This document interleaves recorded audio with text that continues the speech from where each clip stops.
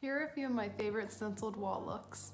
This look was one of my favorites. I used a very pink tone for the base color and a gray for the stenciling, and I used our tribal diamond stencil. This next stencil was a custom stencil that I actually have done quite a few floors with too, so this is a very versatile stencil. It can be used on a floor or a wall or even some furniture if you want. Also a sucker for a two-tone split wall, and that's exactly what I did with this look. I split the wall into two different shades of this mint green and then used our cross polka dot stencil to create just the pattern on one side. I created this look using our falling leaf pattern, and I actually made this look very multicolor with a bunch of muted colors.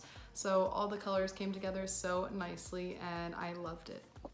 This was definitely one of the more subtle looks, and I created this faux brick kind of thing, and I did it on a very light gray base, and then I did the stenciling lines with this white color just to make it look like a faux wall.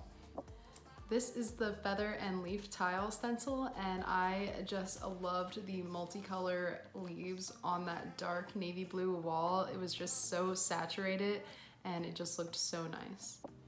I used a smaller stencil for this look, and I used our Carbon Beads Victorian Tile stencil, and I just did a white and gray look to make it subtle, and I love the outcome.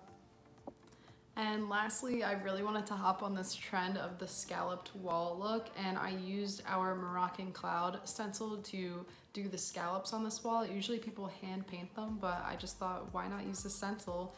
And I think it came out great. Thanks for watching, guys. I hope you enjoyed all of these wall designs, and make sure to check on Stencil Me Pretty for any stencils that you may need for your future DIY projects.